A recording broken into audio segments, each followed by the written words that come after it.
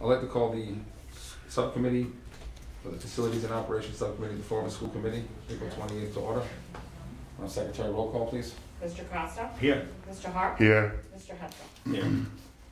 Open meeting law, language pursuant to the open meeting law, any person may make an audio or video recording of this public meeting and may transmit this meeting through any medium. Attendees are therefore advised that such recordings or transmissions are being made whether perceived or unperceived by those present and are deemed acknowledged and permissible. Would you join me in saluting the flag, please? I pledge allegiance to the flag of the United States of America and to the republic for which it stands, one nation, under God, indivisible, with liberty and justice for all. Secretary, do we have any citizens input tonight? No, we do not. Moving on to discussion items. Mr. Chairman, can I make a motion to take item number 3 out of order if it meets with the chair and my colleague, Mr. Hart's approval? I'll second that. Motion has been made by Mr. Costa, seconded by Mr. Hart. All those in favor? Aye. Aye. Ayes have it. All right, number 3, discussion and vote to refer the naming of RPA school building, Robert L. Medeiros. Do we have some people to speak tonight? We do, but could I first, Mr. Chairman? Absolutely, Mr. Costa. So, subcommittee may recall that, I believe it was last year, unfortunately, the district, as well as RPA, lost their custodian, Mr. Medeiros, who was an integral part of not only the building, obviously, but of the staff there. And so I think the committee at that time entertained a proposal to plant a tree out front of RPA. Given the new construction that's occurred with the ramp and the existing trees that are there, there's really not much room. And so,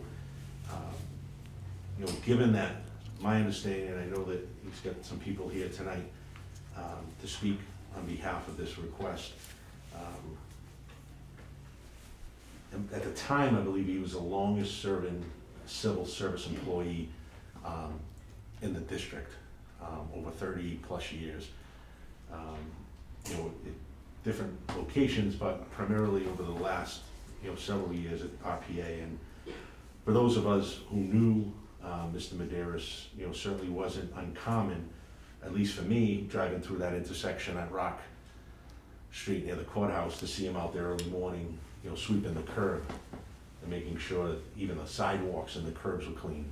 So he was an integral part of that building being clean and safe every day. To my knowledge, the building doesn't have a name. It was obviously the Cuss, and then when we moved Cuss down to its new building, the name went with it. And then it housed students from Morton there for a period of time, and same thing happened when Morton went back to the new Morton, the name went with it. So as far as I know, and certainly I would ask if the committee does refer this and moves it forward, that the committee also ask Mr. Kenny from the planning department to just do some research on it to make sure that it doesn't have an existing name to it. I don't think it does, but I just think to be on the safe side, to do that diligence may be the best approach for this. But I'll yield at this time. I think it's probably best to have the people who obviously know Mr. Medeiros, and certainly I do, and I know my colleagues here do, and people around this table knew him. But I know the people who are coming to speak tonight certainly could articulate for this subcommittee far more clearly the impact that he had on the students, not just at the RPA, but certainly across the district and each of the school buildings that he served. We can make a motion to refer it in a second and then have him come in and talk. Sure, Yeah. sure. So I'll make a motion to refer this to the full committee. I'll make a separate motion if that meets the chair's approval, aside to send a letter to the planning department in preparation of the full committee's hearing it. So we've crossed that T, if you will, and dotted that I, to name the building where the RPA is the Robert L. Medeiros building. Yeah, I'll second that. So motion has been made and seconded to name RPA school building Robert L. Medeiros. All those in favor Well, say you aye. want to come in and talk, Right, you just want to talk it out. Oh, yeah, absolutely. Before we vote on the motion. Yeah. Who's first? Mr. Correa's gonna slide down, if you wanna sit right there. Oh, Hello. okay. Hi, how are you? Good, how are you? Good. All right. If you just state your name. Oh, Before you. I'm Brenna Souza. Do you need my address or anything? Okay. So good afternoon, everyone. My name is Brenna Souza, and I've worked for RPA for the past 6 years. And I can tell you that there is no greater or more rewarding place to work. I've had the honor of working with some of the most caring and compassionate individuals in this district. From teachers to custodial staff, we have the best of the best serving our students at RPA. I was lucky enough to work with one of the best, that being Bob Medeiros. Bob was one of a kind. Every morning you could find him outside of our building on Rock Street, sweeping the sidewalk and greeting every staff member as they were making their way into work. He had a way of starting your day off right and putting a smile on your face. Bob was always asking the staff what we needed from him or what he could do to make our job just a little bit easier. The students we service at RPA at times are perceived as troubled, but Bob never saw them that way. He always pointed out the good he saw in them and made it his mission to make some type of connection with every student he spoke to and came in contact with. The students at RPA respected Mr. Bob. Mr. Bob was dedicated to this building and always went above and beyond. Being housed in an older building, it made it a little more difficult to maintain, but that never stopped Bob. He took care of this building and the grounds like they were his own. I went around the building and asked the staff who knew Bob to give me one word that they felt described him best, and here were some of the responses. Incredible, sweet, charismatic, funny, hardworking, loyal, accessible, genuine, and most importantly, a friend. As you can see, Bob was a well-respected man and an unbelievable coworker. He was committed to our building and to his job and to this district for 35 plus years. We at RPA were all lucky to have known him and to have worked with him. I think there would be nothing greater than to have our building renamed in Bob's memory. This would be such an amazing way to honor and remember Bob's memory and to thank him for his service and dedication to us all. If I know Bob, I know he's smiling right now, knowing how highly his coworkers thought of him and how his hard work and commitment to all of us did not go unnoticed. So thank you. Thank you. Good job. Could you leave that? Yeah. Right? Yeah. Thank you. Thank you. On the record, we'll send it to the whole committee. Thank you. Is there anyone else who would like to speak?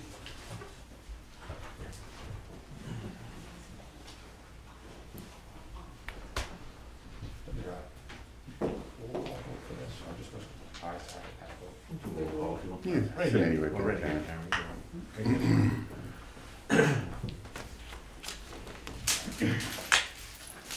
Good afternoon, everyone. My name is Karen Medeiros. I'm Bob Medeiros' sister, and will be speaking to you today on behalf of my family. Mr. Bob, as referred by the students, graduated from BMC Durfee High School in 1978.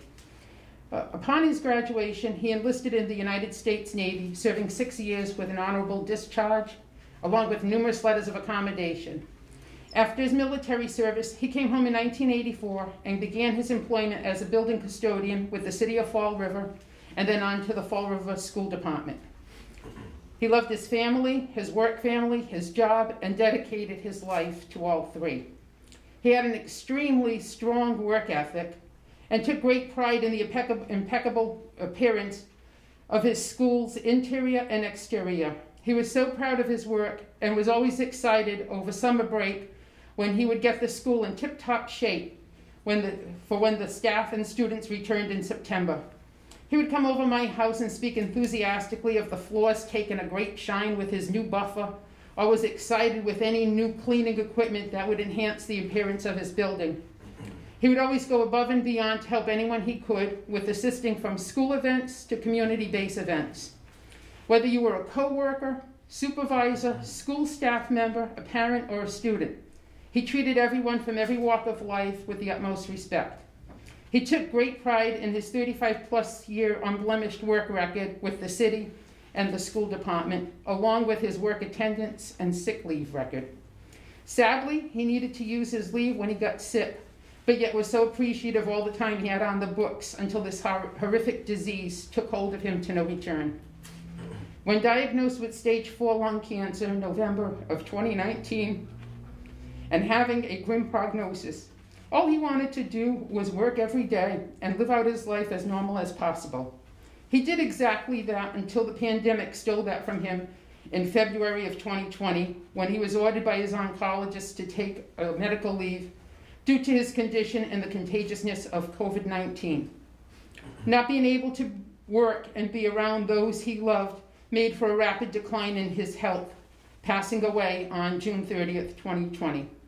Although unable to work, but still very conscientious of his job, he would keep in touch with his co-workers on the daily operations at the school department. He lived a full but all too short life as a loyal and dedicated husband, father, grandfather, son, brother, brother-in-law, uncle, great-uncle, friend, and employee, and is deeply missed by all who knew him. Thank you for this opportunity to come before you today and touch upon my brother's entire adult life as a public servant and his dedication to the betterment of the Fall River School Department. On behalf of my family, I thank you for your time and consideration on this matter before you, as we hope for a favorable decision by the subcommittee in recognizing a long-standing public employee who gave his all until the very end. The only thing that would make Mr. Bob smile down from heaven more than the Yankees winning the World Series would be to have Fall River Resilient Preparatory Academy dedicated in his name and memory. Thank you. Thank you very much. Thank you.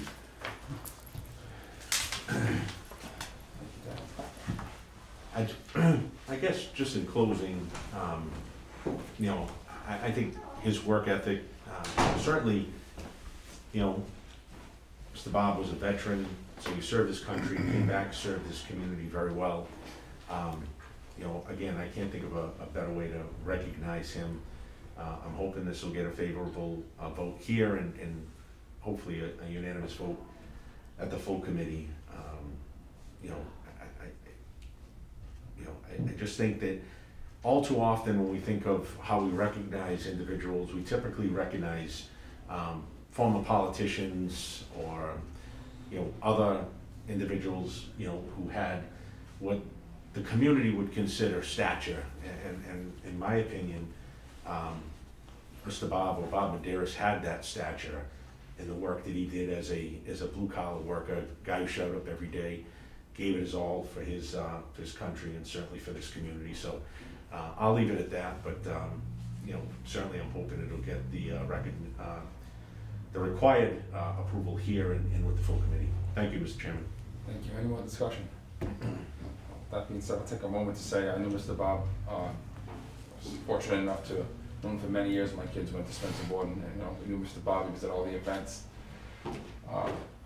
Always, you could see that he cared. You could see that he went above and beyond, and I'm definitely going to be happy to support this. All right. Motion has been made by Mr. Costa, seconded by Mr. Harp, to name the RPA school building Robert L. Medeiros. Secretary, roll call, please. Mr. Costa? Yes. Mr. Hart? Absolutely, yeah. Mr. Hetzel? Yes. All right. Motion carries. We'll be Chairman, if I could just make a subsequent motion to that, tie it in, that the subcommittee have Ms. Cabral send a letter to Mr. Kenny, the planner of the city, just to do some background check on whether or not there'd be any conflict in naming this building after Robert L. Medeiros in terms of any other prior naming dedications. I don't think there are, but I certainly would feel more comfortable if he gave this committee, you know, sort of a reassurance that we're in good standing to do this. Motion has been made. Is there a second? Oh, I'll second it, All absolutely. right. Motion has been made by Mr. Costa to write a letter to Mr. Kenny, the city planner, to ensure that it's okay to rename the school.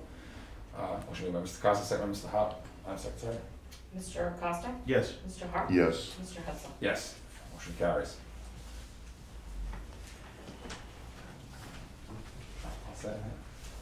Thank you very much. Thank you. Thank you.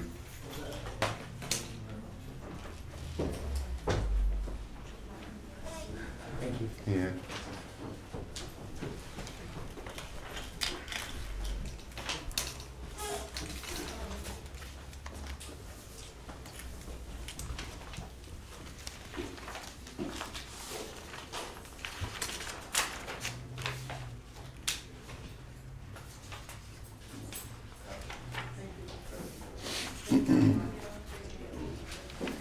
Right, discussion item number 1 tonight is vote to refer facility school use.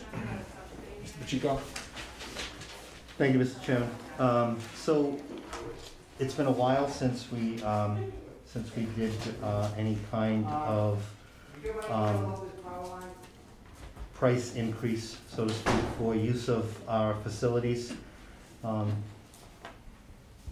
So Joe Carrera has worked diligently over the past week or so, looking at the numbers and costing out what we feel are two options that we would like the committee to look at moving forward. And as part of this, maybe to open up a future conversation on maybe a separation of dollars for exterior facility as an interior facility in the form of maybe another revolving account, so that we can dedicate that outside facility to replacement of carpet, our turfs. But that's not on for discussion tonight, but it's something I'd like the committee to keep in mind, and we can prepare some documents for future meetings for that. So we have the current price on all items, and we also have that price spread out over 15% and a 25% increase. And I will turn it over to Joe to answer questions on any of this facilities. And the one other note before I turn it over to Joe was on the grass fields. So the commitment that we need on the grass fields was that we would be willing to forego the actual fee, but we would want a stipulation that porta-johns would have to be provided by leagues who wanted to use those fields, and a trash receptacles, keeping the fields clean, as opposed to the fee. We won't have necessarily, for instance, if we call Fonseca Field, now that we're taking care of that field and that field is officially part of our facilities, that field is used by a couple of little leagues, so they were always using those fields. Now that it's in real good shape, I think they want to continue, but we don't necessarily have a cost on custodial or on security. However, we do have a cost associated with taking care of the field. Well, that's going to be taken care of no matter who uses it. And what we would like is the porta-johns, so that we do have that facility available to those students, which will leave the building secure, and also to have a trash receptacles there, so that we can be sure that as they leave, the dugouts are cleaned out and we don't have any kind of mess on any of our fields, including other grass fields. Henry Lord, Talbot is used, but it's not really official yet.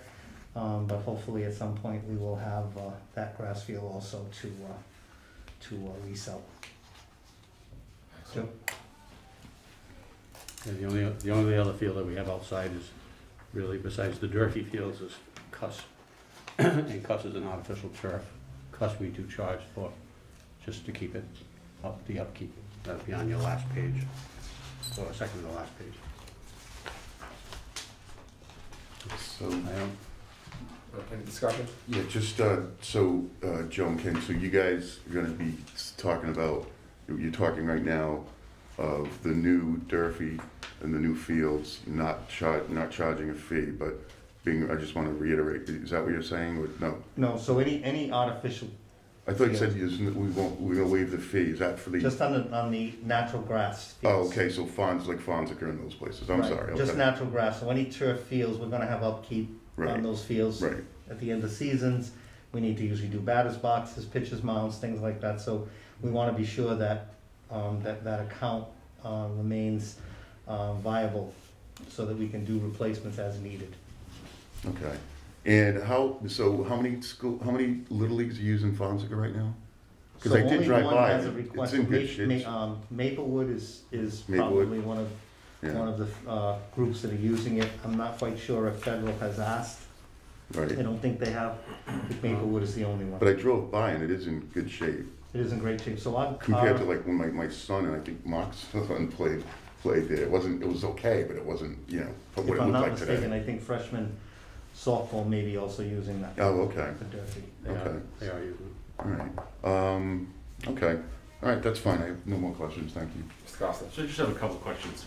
First would be, what's the existing process for reserving those fields, and how was the decision made to, choose one particular group or league over another? Is it first come, first serve? Is it, prior rental? Is it you rent it once and as long as you want it, you got it, and no others can come in? Or how was it a lottery? How was that determined? We're just running it the way it always has been, and it's always been first come, first serve. Unless the first come have given us problems in the past, and then we overlook them and go right to the next person. Yeah, I think over time, I mean, I don't have an issue necessarily first come, first serve. I would just think that, if we do get multiple leagues interested, then maybe we would want to consider doing something a little more open and fair in terms of a lottery or something, so that we give access to others and not just have a situation where that field becomes exclusively that particular leagues, if you will. I know we had, I don't know if we still have, an agreement or a contract with Spencer Sylvia for the Florida Youth Soccer, and so we're sort of tied by having, that was a unique situation in which my understanding of it is that they handled the seeding, the watering, the lining of the fields, the upkeep to those fields as sort of their, sort of contribution, I guess, if you will, towards what it would cost us to maintain it and then charge them. So I think irrigation was included, and so if my memory They actually says- have just upgrade that too, so now they're cutting.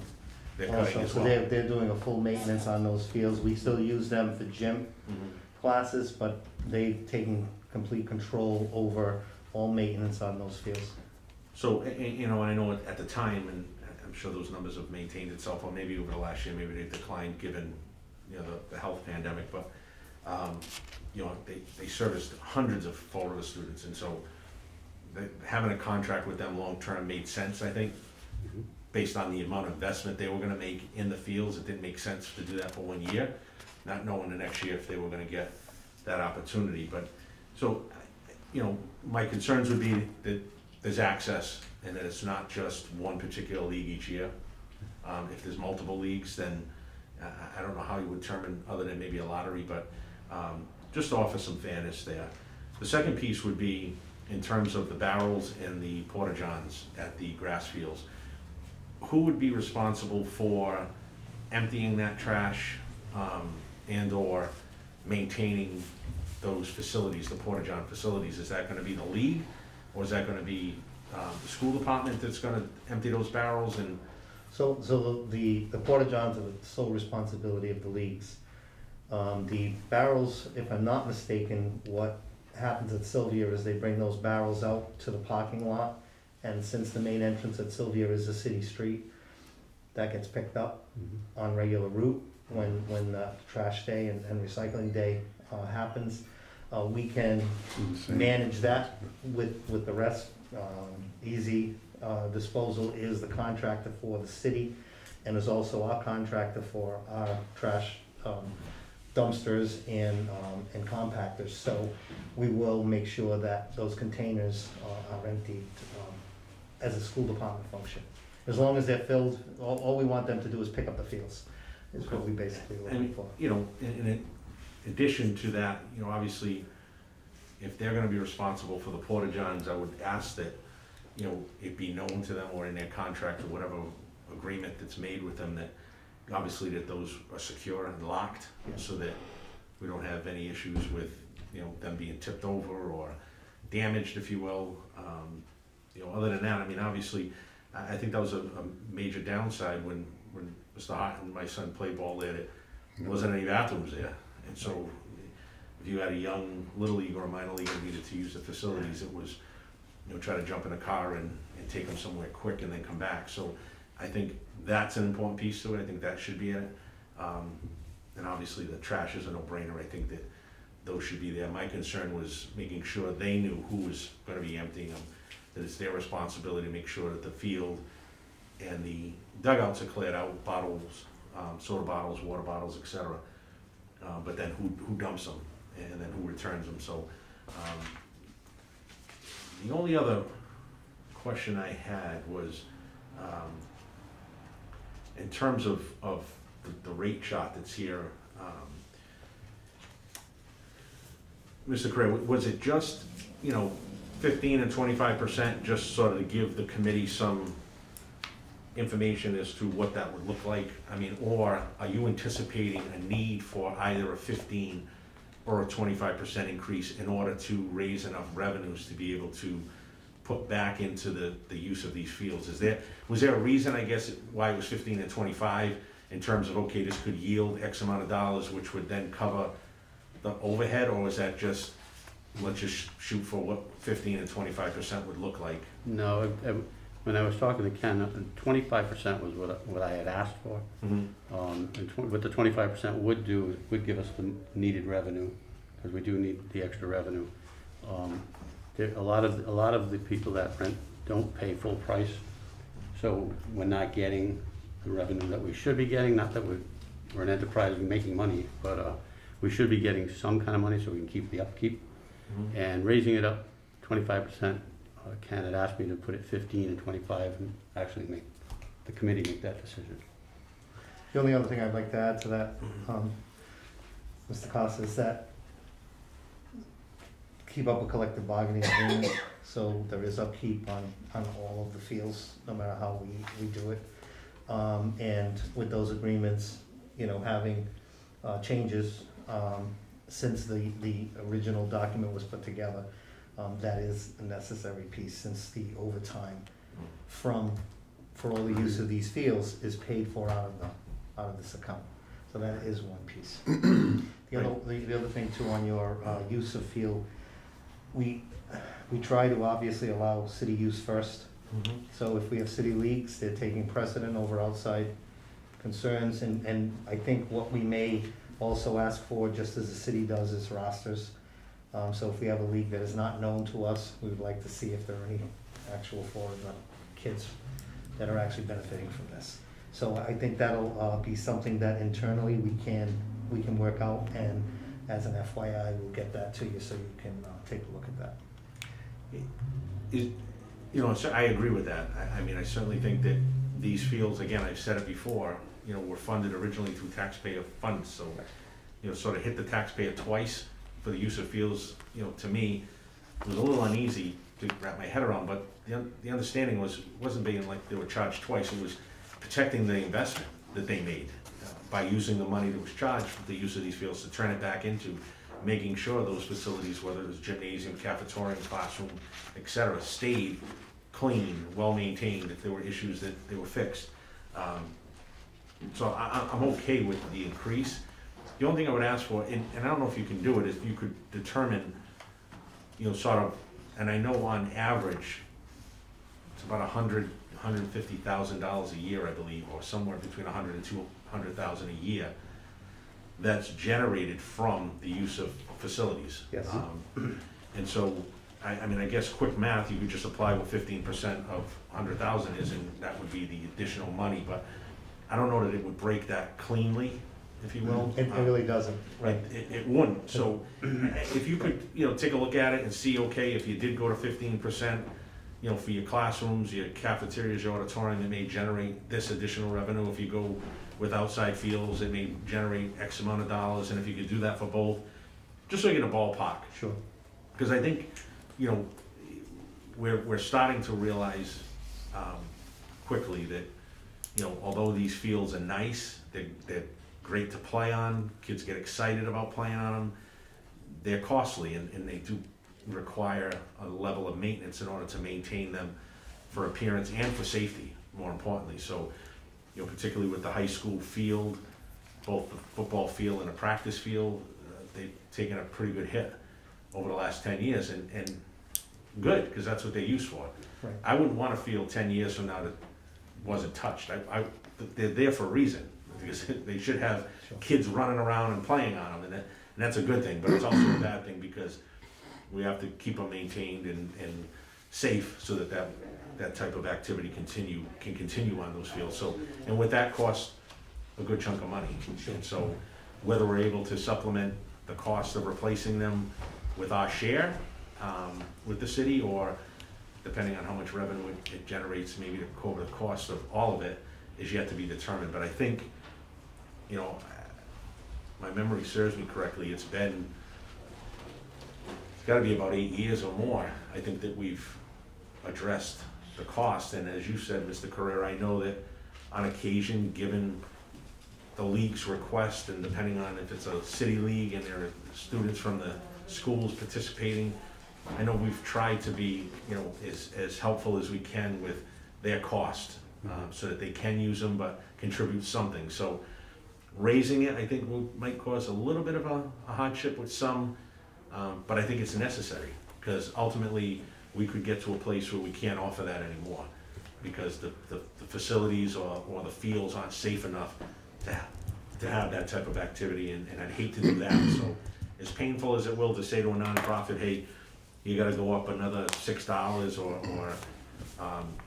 you know, $10, yeah, that may hurt them in their league, but the downside is if we don't do it, either it's gotta come from school funds, or you can't use the facilities because they're not equipped or they're not safe enough. So, Mr. Correa, thank you for putting this together for us for our consideration. If I don't necessarily need it right away, but if I could ask through the chair, you know, for the final discussion on this when it goes to the full committee, just give us a ballpark as to what these percentages would mean for each of these types of uses, roughly. And in this way, you know, when the school committee sees that, they'll have a better sense of how much we could raise in revenue, and ultimately how much we'd be putting back into our fields and facilities. So, thank you. I yield, Mr. Chairman. Mr. Hart? Yeah, just one other quick point. I remember when I was on the school committee about 4 or 5 years ago, this subject came up quite often, and I understood why you didn't do it, and went with the new school, and it's going to be a community school for, you know, the entire city, the community, allowing folks to walk around the track as an exercise. I understood why you didn't do it, but can it be kind of maybe considered again for the future? Well, and I get why. I mean, as you know, I think that at the time we didn't have maybe the funds for a security person, but since we might be having some funds for that, maybe we could consider that. So what I would think is that as we move forward with all of the improvements on the exterior of that building, the track and the field improvements, I think that we will put together a package Right. for the committee to look at, which will include, we are gonna have more security than we have now in different shifts. And if we have people there, then it wouldn't be an issue. You know, if the football field is not being used, Correct. then to use the track and let people. With walk obvious on safety days. restrictions, Right, that's exactly. very clear. Right, Yeah. but I think that all of those things we can put together in a nice package that you can look at, to take and have a decision made on just how you want to have all of that. The idea is it's a beautiful facility, and I think that the community, you know, would like to use that facility. Absolutely. When they start using it, they'll see, you know, where their money was spent, and they will be very happy with it. Yeah, all right, so that's good. So you bring that maybe, again, with like a package for us to look at Exactly. here, and then Yes. to the full body. Yes. Okay, that's all. Thank you. Thank you. Mr. Costa?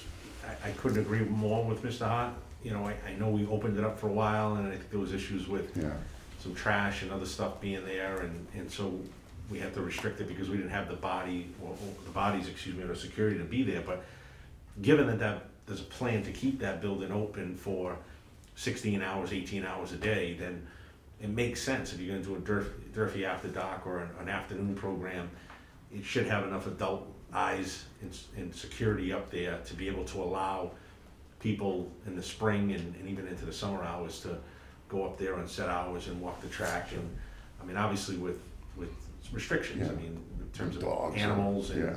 Right. and stuff like that. But, you know, and I agree that the community will be very impressed by not only the facility, but certainly, you know, the time and effort that went into the entire project up there. So I couldn't agree more with Mr. Hart. I think it's a great idea. Much safer than a lot of the people that I see walking the streets. for exercise. You know, you see them, you know, strolling up and down. I think it'd be a great place for parking. They do it over in Somerset. I see that all the time. Diamond, Residents I think. there walking. Diamond, I think, allows for some activity there on certain days and times. So it just makes sense to, if we're gonna have a beautiful facility up there, to get the use out of it that it needs. But so I yield. Thank you, Mr. Chairman. Thank you. Just a few concerns and questions. Sure. So one of the things I think about with the fields, I mean, like with the classrooms and everything, it's just traditionally maintenance, security, custodial. When it comes to the fields, one of my concerns is, are we actually charging enough for them, right? But when we think about the cost of replacing the turf, right, the artificial turf or the grass, I just want to make sure if we're using it 60% of the time, is the community paying for the other 40%? You know, so I don't know if that's something we should look at. Maybe what's the anticipated cost? Well, if you're going to replace the carpet on that, it costs us $1 million every 10 years. Right. Okay, I mean, are we getting the right amount of money for it? Because I mean, again, we don't necessarily want to charge the community, but we also want the community to have that available forever, not just for 10 years and then it's no good. So if it's something, I mean, I'm not sure, you know, if we're coming close, if that's something we are doing, but it's a concern. I think that we currently could rent the fields much more than we do. Like we also, through the committee, we added a grounds person that is gonna be dedicated to the artificial surfaces. So that person will, he or she will take care of those fields day in and day out while the seasons are, you know, are available. And that will also be the Cuss field, and do whatever necessary repairs are needed on that school. So that stuff hasn't happened. You know, we do, the fields get raked, the fields, you know, get dragged. But having someone with their sole responsibility of taking care of turf fields, you know, most of the time, when they're not covering a vacation or something like that, most of the time is a totally different way of approaching these fields. And from what we've heard, and when we just had tests done of the compaction rates on those fields, if we would have done more of that, we may have got another extra. I mean, we've already gone past the life expectancy of most turf, so it's a 10-year field. That's the reality of it, and they're made to use, you know, have a lot of use. They're made to be used 16, 20 hours a day. So they're not of a situation where we're gonna overuse them. What we need to do is take care of them as much as we use them. So a certain amount of hours, and they need to be, you know, they need to be fluffed, so to speak, for lack of a better term. And when that's happening, then we are making sure that the maintenance is being done. They don't require a grass maintenance schedule. I think they require more. Okay, and we'll be taking care of that, depending on the infield mix and all of the stuff that's going in the fiber itself. I think that we will follow exactly what the manufacturer specifications call for that field, and we will get the maximum length on those warranties. And I know, and Joe receives the calls, and Blythe receives the calls, everybody wants to use fields. And good fields are tough to come by. Yeah. Even with our interior, we get constant compliments of the auditoriums. I mean, those are theaters at Cuss, at Morton.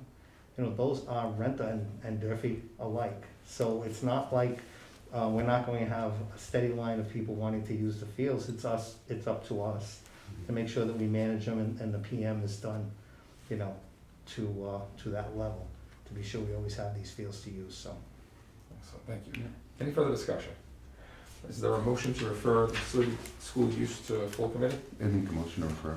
I'll second. Motion made by Mr. Hart and seconded by Mr. Costa to refer to full committee, facility school use. Madam Secretary? Mr. Costa? Yes. Mr. Hart? Yes. Mr. Hudson? Yes. Motion passes. Thank you, Mr. Correa. Thanks, Joe. Thank you. Item number 2, discussion and vote to refer audit of heating and ventilation in school buildings. Mr. Chico? So we had a conversation with Left Field, the person that currently is working on the Durfee project as a, for lack of a better word, the MEP consultant / inspector for Left Field. And what they would like to do in this proposal specifically lists it, and I gave you an example in the back of, you know, what a typical report will look like. What it's going to be is give us a roadmap. We're gonna get our buildings rated from number 1 to number 16, and When you put this one on, can you put this one on? Put this one on. it's the just a list. little hiccup, it's just a little hiccup. What we'd like to do is have the buildings rated and then attack that at a point where we know exactly what, where we're going to start with this work. Some of this is in-house work, and some of it is exterior work, and one of the examples is how bad some of the ventilators could be with that caked, you know, stuff on the fans in our unit ventilators in rooms. Our HVAC people vacuum, change filters 4 times a year now. But that kind of work, I think, moving forward, along with some of the equipment that needs to be changed. We do have rooftop units that need to be changed. We do have chillers. We have a chiller change coming up at the Green School. So we do have some major HVAC work ahead of us. And what I'd like to do is turn it into planned work as opposed to emergency work, because we know we get killed price-wise on emergency work. But if we can plan it out, budget it out, then I think we will be in great shape. So this is a proposal. The amount of hours are what they think they need to do this. The rates are here. The cost is under $30,000, and I'd like to be able to start this before school lets out, get them into buildings and have them give us a nice report by the time school lets out. We may have a document that we can look at and then do some priorities. All of this is ESSER available, so all of these items that we're doing here are all basically what that money was meant to do, to provide, you know, better quality air, more air changes, upgrade the equipment so that we can use a different kind of filter that we currently can't use because of the inadequacy or the inability of the ventilators to produce that through those filters that are very fine, so. Mr. Costa? Mr. Pacheco answered the question. Obviously, I know that during the initial stages of the pandemic, you know, when we went to collective bargaining, big issue was, you know, obviously the safety of the buildings, ventilation, and to what degree each of the buildings, the newer ones as well as some of the older ones, how we were addressing air quality. And so I know that the money was available. You answered the question. It is ESSER funds that could be used for it. I think regardless, I think it should be done.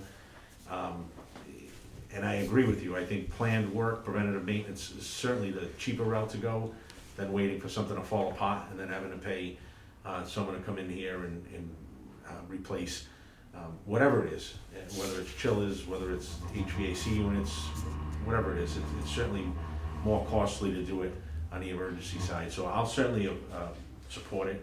Do you know when, Mr. Pacheco, when it's anticipated that they'll have this audit back to us? So they said that they could have it to us by the end of June. Okay. And that fits in nicely because I think that's when the first allotment of the ESSER 3 may be available. So in terms of having that information on the heels of being able to plan through the summer months to get some of the, I guess, more needy buildings done first, would give us that flexibility in the summer months to do that. So it seems like it fits in nicely, but I have no further questions. Thanks, I appreciate it. Mr. Hart? Just have a quick question, Ken. And I think that's, like Vice Chairman Costa said, planning is key, and maintaining them is extremely key and less expensive for us, no question about it. But what's the general life of them? Is it just because, is it the use of them, or? So sometimes it's just use, and then Yeah. again, sometimes it's the life expectancy. So we look at our old buildings and we see a boiler down there that's an original, Right. and that'll never happen again. Right. There are no more original boilers. Right. We just replaced the boiler at Laterno. We've got a second one to replace. It's the nature of the product. So the Yeah. higher the efficiency of the product, sometimes what you lose is life length, because they run cleaner, but they run hotter, and the condensation that normally would be wasted and with flues open and that running up the chimney is now kept into the units. Some of the units overfire, which means that they're burning themselves out, so to speak. But I think a lot of that stuff needs to be taken into account, and what we can do with some of the information we get from the audit is maybe boilers need to have a second or third cleaning. They're all gas, so it's not a dirty burn, but it still needs to be cleaned. Maybe they're when we go through all of this, building maintenance units on the boilers will allow for a lower fire. So bring the heat down, a slower burn as opposed to a higher burn. We're finding that in the new schools, in the new renovations that we're doing, such as RPA, Westall, Watson, Tansy. Those boilers just churned all day long. Very seldom shut off. The new boilers come on, they shut off. They come on, they shut off. They burn at such a high rate. What we're trying to do is come up with a happy medium in all of these buildings, and it's where we're trying to fine tune, like we fine tune a car, but this equipment isn't that way. This equipment is plug into a computer and let's see what it's doing, and then try and figure out in a 100-year-old building how we're going to make the building understand what we have downstairs now. Yeah. We really upgraded. We had a campfire and now we've got an incinerator. Yeah. It's a that kind of thing. So what this report will show us is some of those deficiencies, some of those control deficiencies, some of those mechanical system deficiencies, and then the units themselves. And again, with planning, for instance, the Laterno piece hit us blindly. Henry Lord is down 2 boilers right now. I have no other boilers left. We got a rental sitting out in the parking lot. That was an MSBA project, an almost MSBA project that we didn't get to. So now we got to eat that cost, unfortunately, of 2 new boilers there. That stuff can be avoided, okay? But it can't be avoided if we don't have a starting point, and that's what this is going to give us. It's going to give us a great starting point in every building we have. And maybe I'm overthinking this, but is there an issue with like the age of the school and the age of the new equipment that we're implementing into the old school? And does that cause any issues as far as expense and? It is, and it's causing issues. Let's say, for instance, RPA, Westall and Watson. As I said, they fire up so fast. You had a boiler that sat there and ran all day long. Yeah. They flip the switch, they turn it on, they shut it off, and they go. The building stays warm, and that process would happen over and over and over again. These new boilers are very efficient. Small, a lot less water to heat, just like a pot on a stove. The smaller the boiler, the quicker it boils. The same thing that's happening in these schools. The age of the building is not necessarily going to be the trigger as to when the boilers go bad. For instance, I got Henry Lord, it's 30 years old, and the boilers are gone. I've got Laterno, that's 14 years old, if that, and the boiler's gone. So it's individualized situations, and that documentation we don't have, and the follow-up of the water treatments and things like that. So there's a lot that the report is going to reveal, and then what we need to do is take that next step after that. Some of it's going to be PM, and some of it's going to be actual hard lift, or heavy lift I should say, with replacement of units. Great, Kenny, thank you very much. Any more discussion? Right, so quick question for you, Ken. We talked about software tracking in the past about all our maintenance issues and kind of having like a forecasted schedule of when things need to be repaired. Right. So this can get plugged into that as well. Exactly. Right, so it has, all our buildings are on track in this We system. have we have 6 buildings that are fully in school dude. We have the remaining buildings to do. Basically, the priority is to move the toughest 6 into the system, and now we'll start moving the others forward and bring those online. Any other discussion? All right, hearing no other discussion. Seconded. Motion made by Mr. Costa, seconded by Mr. Paul Hart to refer the audit of heating and ventilation in school buildings to the full committee. Madam Secretary? Mr. Costa? Yes. Mr. Hart? Yes. Mr. Hensel? Yes. Is there any new business to come before the subcommittee? Motion to adjourn. Hearing no new business, motion was made by Paul Hart, seconded by Mr. Costa to adjourn. Mr. Costa? Yes. Mr. Hart? Yes. Mr. Hensel? Yes, meeting is adjourned. Thank you very much. Thank you. All righty.